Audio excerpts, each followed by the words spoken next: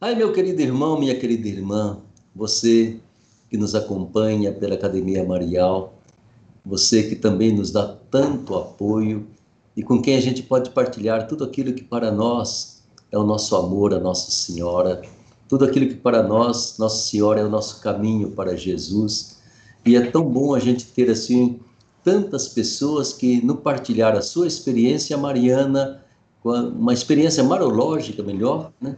Crescem realmente no amor a Nosso Senhor Jesus Cristo, crescem na compreensão do amor infinito de Deus Pai por nós e se abrem para a ação do Espírito Santo, aquele que nos santifica.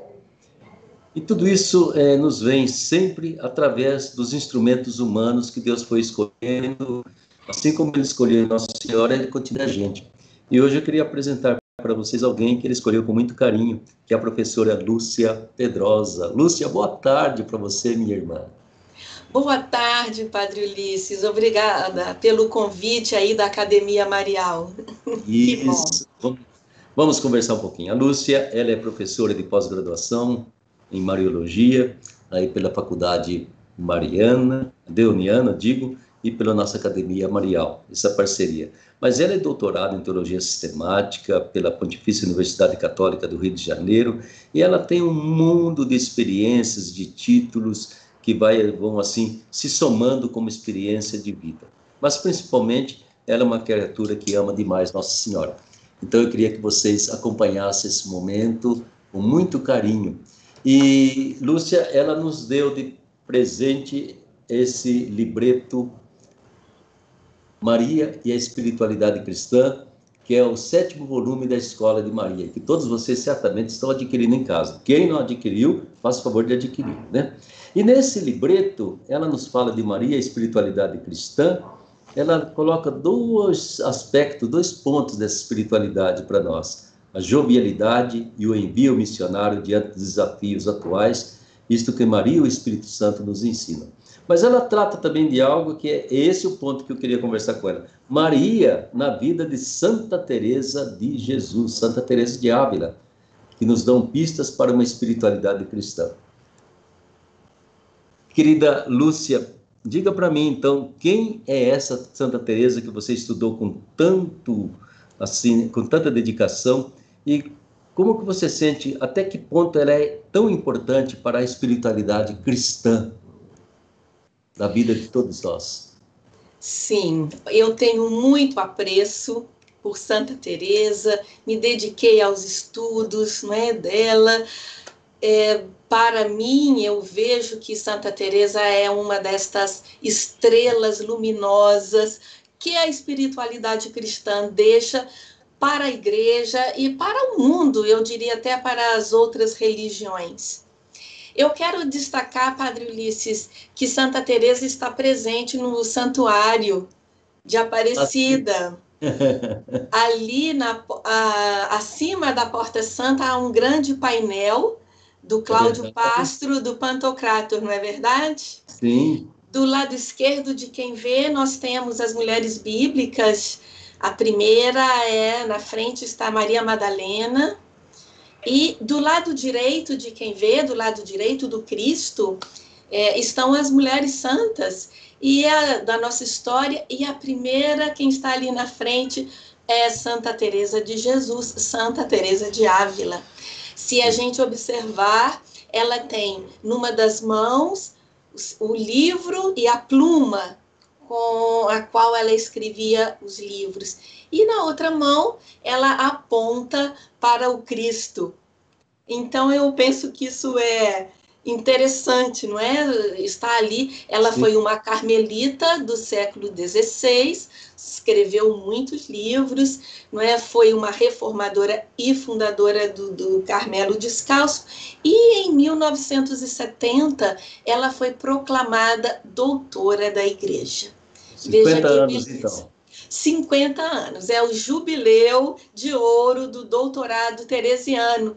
O Papa Paulo VI, que foi quem a declarou, disse que ele não estava declarando, estava reconhecendo o doutorado, a autoridade magisterial dos livros de Santa Teresa. Então, é um reconhecimento que muitos na igreja já tinham, não é? Com relação a Santa Teresa, e que é reconhecido em 1970 através desse título. Então, Santa Teresa é alguém que, pelos seus livros, nos fala de uma forma autorizada sobre a fé, sobre a oração, sobre o Cristo, sobre Maria também, não é? Ah, sim, que bom, né?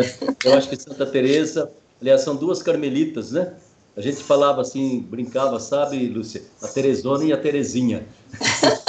Então, Santa Teresa de Ávila é a Teresona, né? Ela é Ou a a grande Teresona. Teresa, não é? Então é bom de saber que uma viveu, né, mesmo lá no século XVI, espanhola, Isso. companheira de São João da Cruz, né? E ela viveu mais tempo do que Santa Teresinha, teve uma vida um pouco mais longa e fez um caminho, uma experiência espiritual em que é interessante esse contraste, né? Teresa de Ávila, ou Teresa de Jesus, fez um caminho espiritual com muita inteligência, né? E ela deixou esses escritos em que realmente é uma doutora, porque afinal é uma experiência de Deus, né? Que ela soube traduzir para nós, né? E oferece. A igreja diz esse caminho é válido para todo mundo, né? E a coleguinha dela, francesa, Santa Teresinha do Menino Jesus, ela fez o caminho pequeno. Ela falou, viveu pouquinho tempo, mas fez aquele caminho pequeno, que era o pequeno caminho da santidade, né? E ela também se tornou quase que uma doutora da igreja para nos ajudar a chegar à experiência de Deus em profundidade. São duas Teresas. E nós chamávamos sempre assim, sabe, a Teresinha e a Teresona. Uma mais intelectual, né? E a outra mais afetiva, né? Mas vamos conversar então sobre essa querida Santa Teresa de Jesus.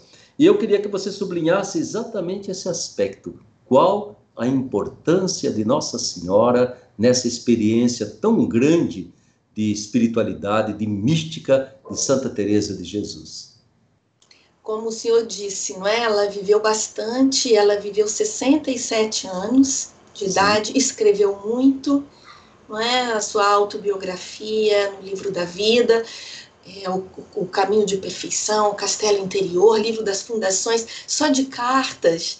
Nós temos hoje quase 500, mas ela pode ter escrito 15.000 cartas. Meu Deus do Veja céu. só. Ainda bem que ela não Imagine. tinha computador, né? Porque senão seria muito mais. Escrevia com a pluma, com a pluma.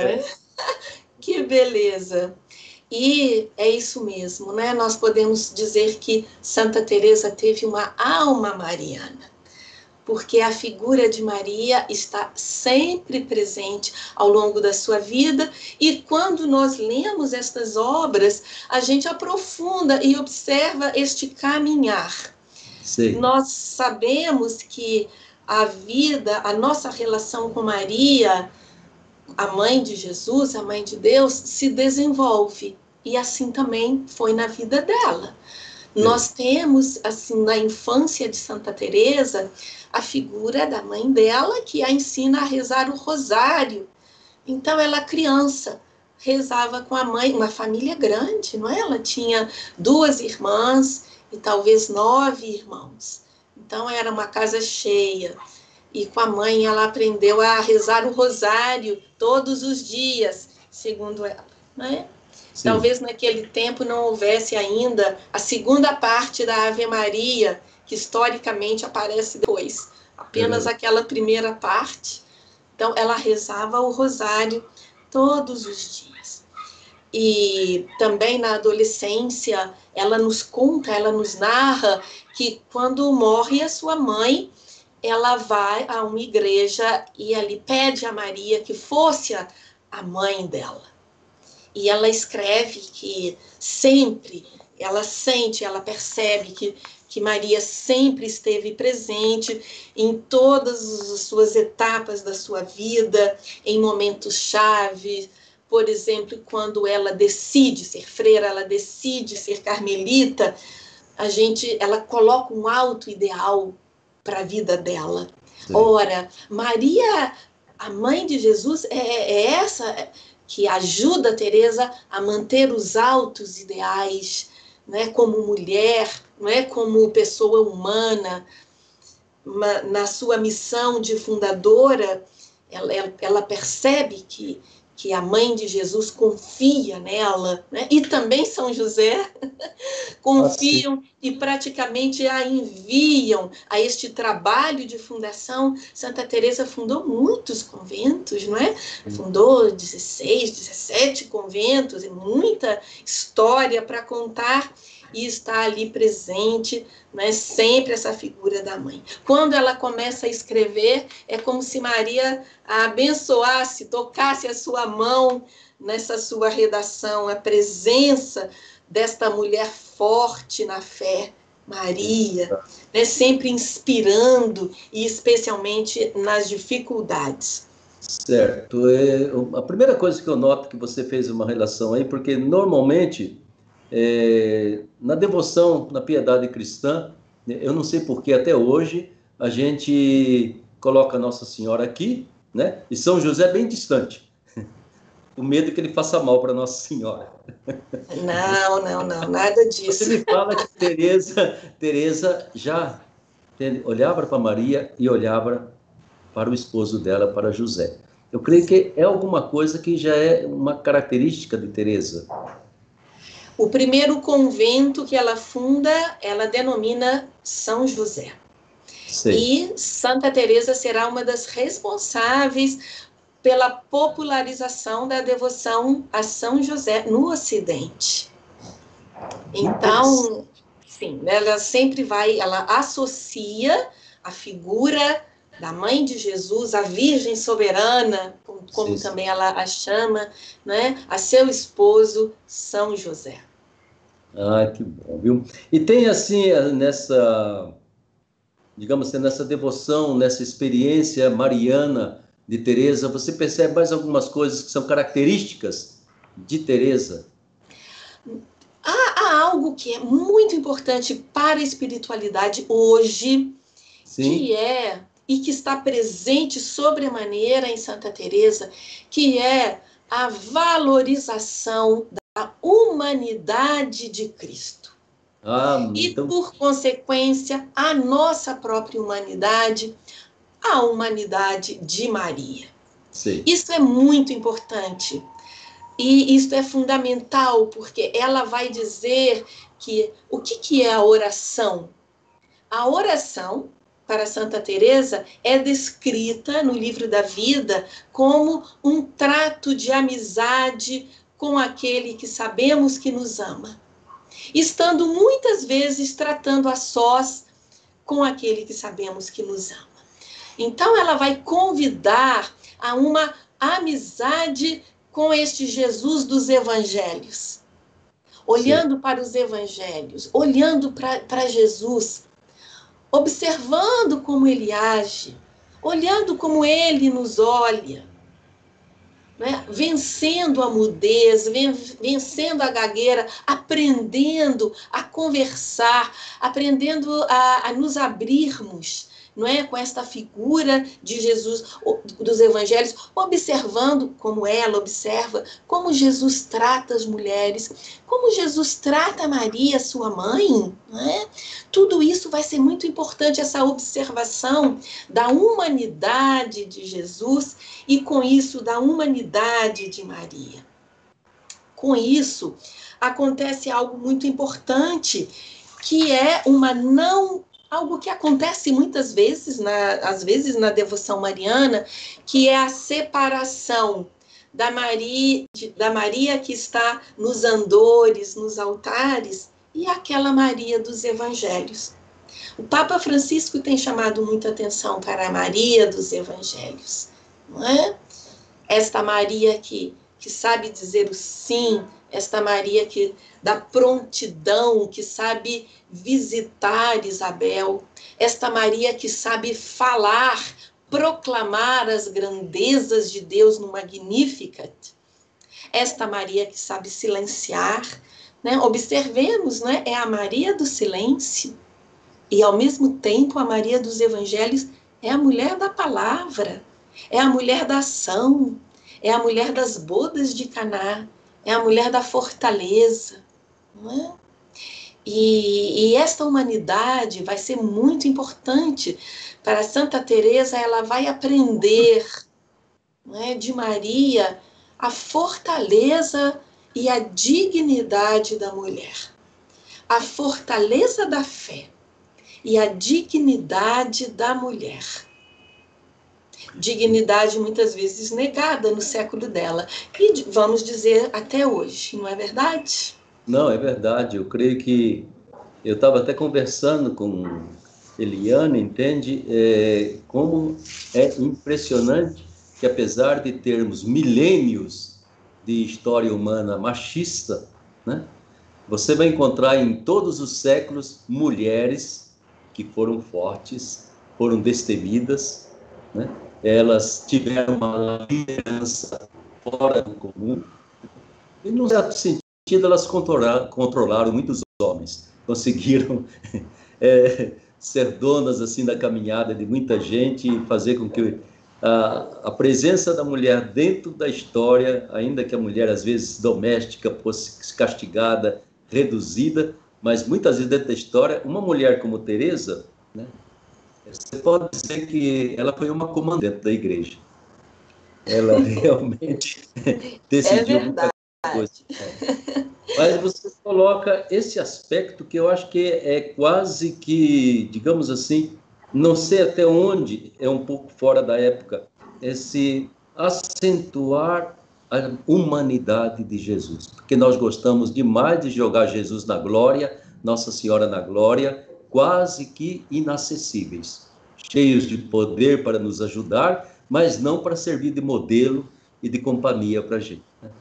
E parece que, de repente, ela percebe que Jesus é alguém que está ao meu lado, alguém que eu amo, alguém que eu posso tocar, quase tocar nesse Jesus. E a experiência mística, né, Lúcia, é uma experiência em que a gente toca em Deus. Quando a gente tem a experiência mística, a gente está tocando em Deus e Deus está tocando na gente.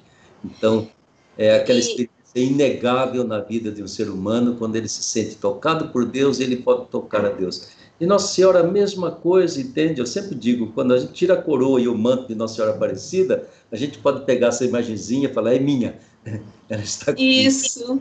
E é aprendendo, e eu percebo que foi precisamente porque Santa Teresa pôde aprender com a humanidade que ela foi tão forte. Sim.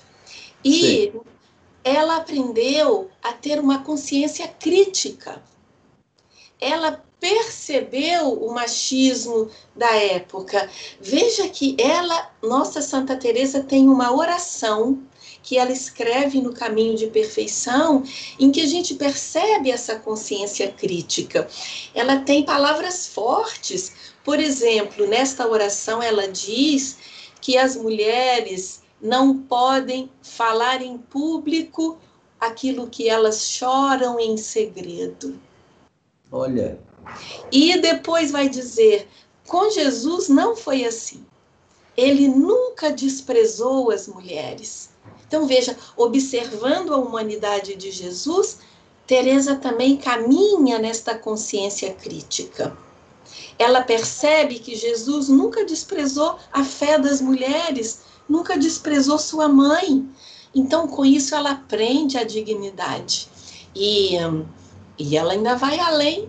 Ela diz que Jesus é um justo juiz. E não como os juízes do mundo, que afinal são todos homens e varões, não é? E ficam julgando as mulheres. Então, vejam como Santa Teresa foi uma mulher que adquiriu esta consciência crítica que a ajudou a ter novas ações, né, de fundadora e de escritora e enraizada nesta espiritualidade.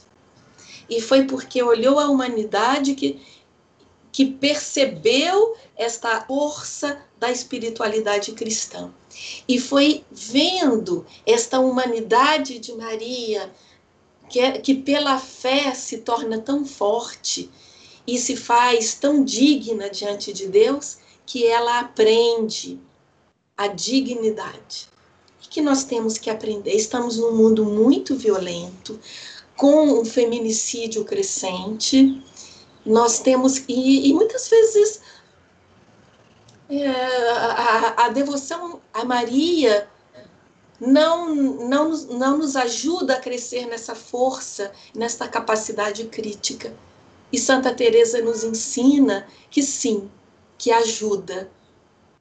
Aliás, eu creio que aquilo que vivenciou Santa Teresa é algo que diminuiu demais, pelo menos nessas últimas décadas da história do nosso país, né? A capacidade de leitura crítica da própria história, do que vai acontecendo, né? E a capacidade de erguer a cabeça, porque Santa Teresa ergueu a cabeça. Ela não se conformou, né? Ergueu a cabeça, buscou ali o apoio de São João da Cruz e tentou renovar instituições, renovar estruturas, né? E, num certo sentido, doutora da igreja, ou seja, alguém que traçou linhas muito claras, né? Que continuam sendo até certo ponto utópicas. Ainda não chegamos lá aonde ela tinha chegado na sua época, né? Isso é muito importante. É verdade, não é? Precisamos de muitas Teresas. E há, não é? Muitas Teresas que são marianas, que têm o coração enraizado nesta amizade com Jesus, que aprendem com os evangelhos, não é? Com a leitura, com a observação, com as reações, com o silêncio, com as palavras de Maria, que conseguem articular a Maria dos evangelhos com a Maria glorificada, não apenas louvar e pedir, isso tudo é muito bom, mas também imitar, aprender, enraizar no coração estas atitudes novas, aprende a celebrar. Ela escrevia poesias, né? Canções de Natal, a Maria. Então, tem também essa dimensão que é lúdica e que também essa grande santa de Ávila, doutora da Igreja, nos ensina Uma das para a grandes, nossa fé. uma das grandes literatas da língua espanhola, né? Continua Sim. sendo Santa Teresa, São João da Cruz, né? E eu acho muito importante também, eu não sei se você concorda, uma mensagem, porque é certo que a mulher sempre teve, ao longo da história, assim, que a gente pode chamar um poder afetivo muito grande, seja dentro da família, seja até mesmo dentro da sociedade, né? Esse lado afetivo. Mas muitas vezes a mulher intelectualmente ficou submissa. E Teresa é alguém que intelectualmente também, ela desperta e diz para a mulher, escute, você pode pensar, você pode aprender, né? Você pode ensinar, né? Você tem uma forma de vivenciar a sua inteligência que o homem nunca vai ter. Então, a importância desse crescimento intelectual também da mulher, seja dentro da igreja, seja dentro da sociedade. Eu vejo que uma mulher que no século XVI foi doutora da igreja, né, ela teria que ser um estímulo também nessa dimensão, não acha? Perfeito, acho, eu concordo. E, Padre Ulisses, quando ela é reconhecida oficialmente doutora da Igreja, ao mesmo tempo ela está convidando e animando as mulheres nesta vida intelectual, no aprofundamento, inclusive, sobretudo, da teologia, no estudo da própria fé, e não apenas o estudo, também o magistério, o acompanhamento de pessoas, decisões dentro da própria igreja. Portanto, o doutorado teresiano tem muito para dizer com relação ao reconhecimento do papel e do lugar da mulher no magistério teológico dentro da igreja. Seria muito bom. É o caminho melhor para acabar com o machismo hierárquico da igreja, viu? Claro, e o clericalismo, não é verdade? O O clericalismo. clericalismo que faz tanto mal, não é? Que é confundir a igreja com o clero, e ao invés de pensar a igreja em termos dos batizados, não é? Somos todos batizados e participantes dessa dignidade de batizados. E é gostoso quando você vê uma mulher contestando você, sabe? Quer dizer, o clero não é dono da verdade. Eu acho aí ótimo quando eu vejo contestando um padrezinho que quer ser dono da paróquia, ser dono disso. Não, ali tem alguém que pensa, alguém que conhece, alguém que pode contestar, né? Isso é muito bom. Com Santa Teresa, a experiência que Santa Teresa fez de Nossa Senhora. E aqui eu quero, já estamos terminando quase a nossa conversa, porque é a Eliana que me controla, viu? Mas é muito importante, você, quando, na primeira parte deste caderno da Escola de Maria, você fala o Espírito Santo e a jovialidade. Esse Espírito Santo e a jovialidade. Essa jovialidade, ela me impressionou, porque eu não tinha ouvido ainda essa expressão, sabe? A jovialidade. E isso que toca na vida de Maria, toca na vida dos santos, toca na vida de Teresa. Como é que você destrinça um pouquinho essa jovialidade que o Espírito Santo coloca no coração do homem, da mulher e de todas as pessoas que se santificam? Podemos entender essa jovialidade como a jovialidade do Espírito Santo, não é? São Paulo nos diz que nós somos chamados a ser homens novos, mulheres novas, deixar o homem velho, a mulher velha, não é isso? E isto significa que o Espírito tem sempre um trabalho a realizar, uma novidade a oferecer, uma novidade que nós não podemos apagar, senão a gente apaga o Espírito. Sim. Então, é esta novidade que nós somos chamados a nos perguntar todos os dias: qual é a novidade do Espírito hoje, na minha vida, na minha comunidade, neste tempo histórico, neste tempo de pandemia, não é? Ou seja, sempre há uma novidade, porque o Espírito nunca dorme, ele sempre trabalha, Deus sempre trabalha, o Espírito sempre trabalha, não é isso? E há sempre algo para oferecer. E a gente pode recusar, não é? A gente pode apagar, porque às vezes a vida transcorre automaticamente. A gente se fecha nas nossas convicções, nas nossas amizades. A gente não é atingido pela alegria. A gente não convida ninguém para conviver conosco, para compartilhar a vida conosco. A gente não se abre a um conceito novo, a algo, não é, que surge, e a gente sempre se atendo. E a gente olha para Maria, ela foi uma mulher que soube dizer um sim nas diversas etapas da vida dela. Sim. E ela era, de fato, muito jovem, biologicamente muito jovem, na Anunciação, não é? Quando ela diz o sim ao anjo Gabriel, e ela vai ser a mãe de Jesus. Mas esta capacidade de responder ao Espírito vai se renovando em cada momento da vida dela, fazendo dela esta discípula, esta mãe de discípulos nas bodas de Caná, e mais ainda na cruz, e esperando a novidade do Espírito em Pentecostes, junto com os apóstolos. Então, é uma novidade que atinge os nossos hábitos e uma novidade que atinge as nossas relações.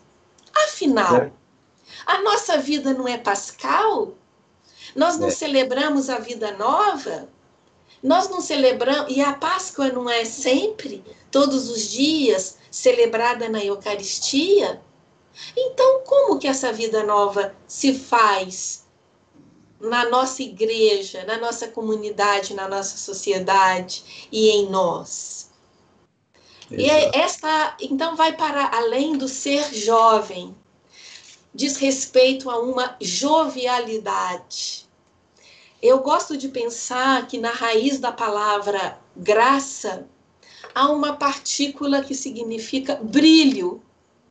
E o brilho encanta. É verdade. Não é? O brilho encanta, o brilho chama, porque o brilho renova, não é? Atrai.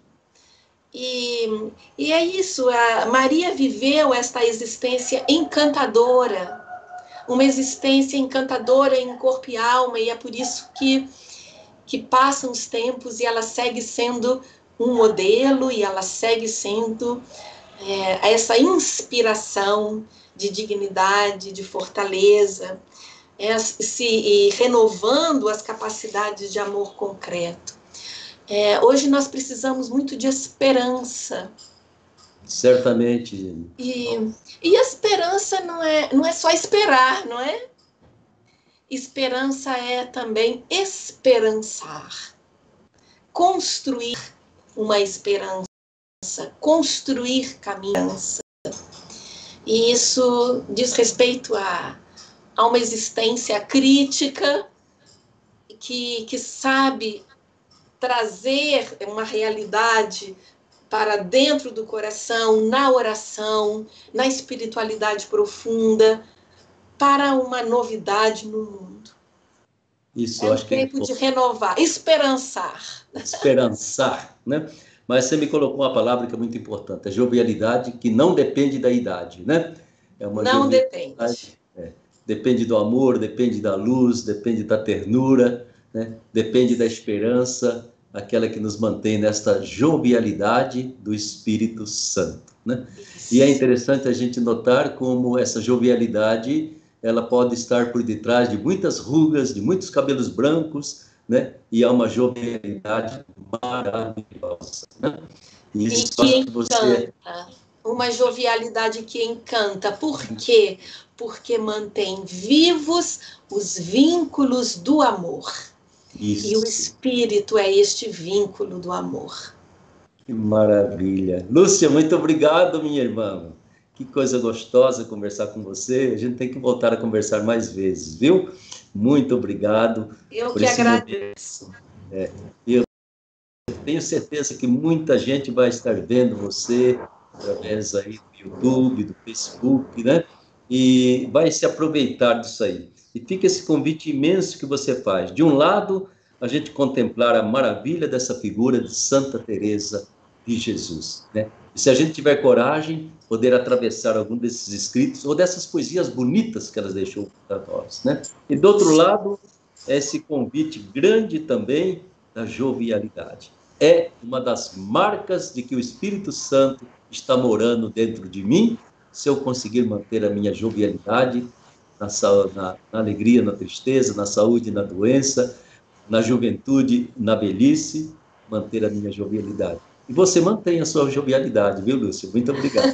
Amém, assim seja. Eu que agradeço. Um grande abraço. Um abraço para você também. Fique com Deus. Nossa Senhora abençoe. E a todos da Academia Marial. Amém. Obrigada. Tá bom, e fica sempre a propaganda aqui no nosso caderno. Aqui está o caderno da Lúcia, Maria Espiritualidade Cristã. Não custa nada, R$50 por ano, e você recebe cada 3 meses um caderno desse. Traz tanta coisa bonita para todos nós. Eu gostaria que todo mundo pudesse colecionar esses cadernos. Lúcia, um abraço grande para você. Muito obrigado. Obrigada, igualmente. Um grande abraço. Tá? Fique com Deus, minha irmã. Muito obrigado. Uma boa tarde para você.